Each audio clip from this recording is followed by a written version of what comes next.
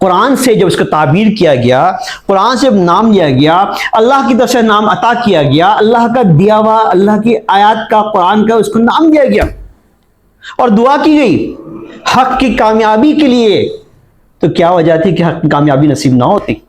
اور پھر دنیا نے دیکھا فقط 4 گھنٹے میں وہ دشمن جو بڑے بڑے نعرے بلند کرتا تھا، بڑے بڑے دعوے کرتا تھا اور ایشیا کا ٹائیگر بننے جا رہا تھا اور دنیا پہ حکمرانی کے خواب دیکھ رہا تھا اور سمجھ رہا تھا کہ پہلے ایشیا کا ٹائیگر بنے گا، پھر دنیا میں سب سے طاقتور بن جائے گا اور سب سے بڑی طاقت دنیا کی بن جائے گا، اور اس کے لیے سب سے پہلے کیا کرنا ہوگا؟ سب سے پہلے اپنے چھوٹے سے پڑوسی کو کچلنا ہوگا تاکہ دنیا پہ اپنی دھاک بٹھا دے۔ اور کیا ہوا؟ کیا دلچسپ بات ہوئی، بجائے اس کے کہ وہ پڑوسی ہم کو کچل کے دنیا پہ اپنی دھاک بٹھاتا، الٹا معاملہ ہو گیا۔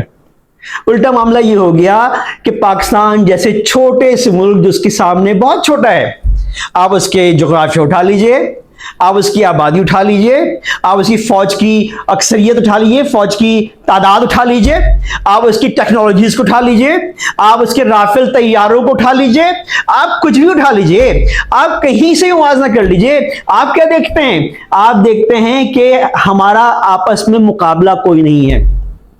لیکن بات تو یہ جناب کہ یہ تو دنیاوی معاملات ہے نا، یہ تو دنیاوی وسائل کی بات ہو رہی ہے نا، جہاں پہ اللہ تعالیٰ جب ہاتھ پکڑ لے حق کا تو پھر وہاں پہ تو پوری دنیا ایک ہو جائے اور اکیلا مومن جو ہے پوری دنیا سے ٹکرا سکتا ہے۔ جس کو چاہے اللہ عزت دینا، جس کو چاہے اللہ بچا لینا، تو کیا وجہ ہے؟ کیا ممکن ہے کہ دنیا اس کو ذلیل کر سکے؟ کیسے ممکن ہے کہ دنیا اس پہ غالب آ سکے؟ نہیں صاحب، ممکن نہیں ہے۔ غالب تو ہمیشہ حق کو ہونا ہوتا ہے اور حق غالب آ گیا، بے شک حق غالب آنے کے لیے۔ اور آپ نے دیکھا کہ کس طرح سے 4 گھنٹے کے اندر کایا پلٹی ہے۔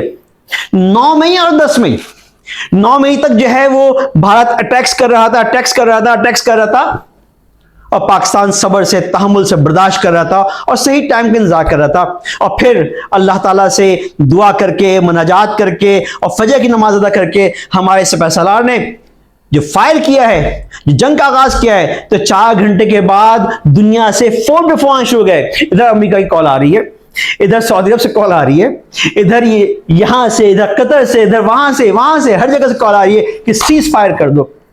اس انڈیا نے جا کر کے امریکہ کے پیر پکڑ لیے، سعودی عرب کی منتیں کرنی شروع کر لی، قطر کی منتیں کرنی شروع کر دی، یو اے کی منتیں کرنی شروع کر دی کہ پاکستان کو سیز فائر کر دے، پاکستان کو۔ ارے پاکستان کیسے سیز فائر کر دے؟ سیز فائر تو وہ کرتا ہے جو جنگ کا آغاز کرتا ہے، جنگ کا آغاز تو آپ نے کیا ہے، سیز فائر تو آپ کو کرنا چاہیے، لیکن یہاں معاملہ الٹا ہے۔ اللہ اکبر! کیا خوبصورت عکاسی کی شاعر نے ان چھوٹے چھوٹے نوجوانوں کی، ان پائلٹس کی، ان سپاہیوں کی، کہ ہر دل کو دھڑکنے کی صدا ہم نے سنائی، ہر دل کو دھڑکنے کی صدا ہم نے سنائی، ہر دہر کو چلنے کی ادا ہم نے سکھائی۔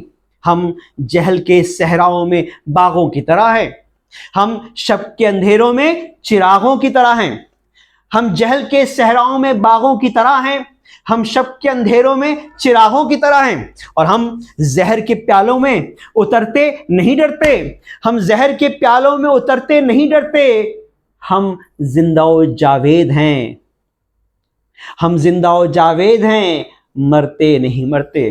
بے شک دیکھی ہوں گی آپ نے اس جنگ کے بعد، آپ نے ریلز دیکھی ہوں گی، آپ نے ویڈیوز دیکھی ہوں گی، کس طرح سے پاکستان کے شاہینوں نے کس طرح سے جیٹ طیاروں سے کیا کرتا دکھا رہے تھے۔ ایسا لگ رہا تھا اور ان کے وہ میزائلز چھوڑے جا رہے ہیں، سینکڑوں میزائلز، اور سینکڑوں میزائلز کے اندر سے کرتب دکھاتے ہوئے اپنے فلائٹ کو، اپنے جہاز کو، اپنی تیاری کو نکال رہے ہیں۔ تو اقبال کے کوئی شعر یاد آ جاتا ہے۔ کیا کہا اقبال نے؟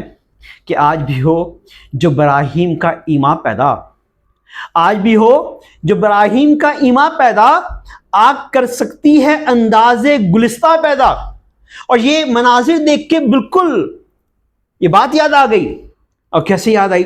دیکھیے ان مناظر میں کس طرح سے آگ نکل رہی ہے، کس طرح میزائل چھوڑے جا رہے ہیں، اور میزائل کے بیچ میں سے نکال رہے ہیں ہمارے بہادر غیور پائلٹس، اپنے طیاروں کو نکال کر لے جا رہے ہیں، جیسے کسی گلستان کے اندر چہل قدمی کر رہے ہو، مٹر گشتی کر رہے ہو۔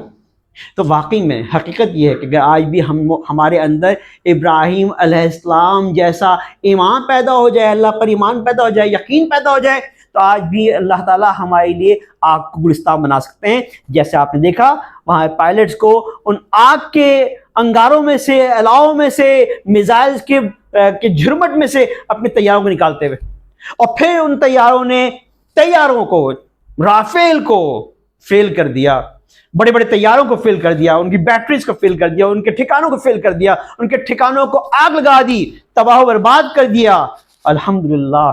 اور کیوں ہوا ایسا اس لیے ہوا کہ جب یہ حملہ ہوا تو الحمدللہ ہماری قوم بنیان مرصوص بن گئی، سیسا پلائی دیوار بن گئی، آہنی دیوار بن گئی، اور ایک ہو گئی، متحد ہو گئی، اور جذبہ ایمان ان کے اندر پیدا ہو گیا۔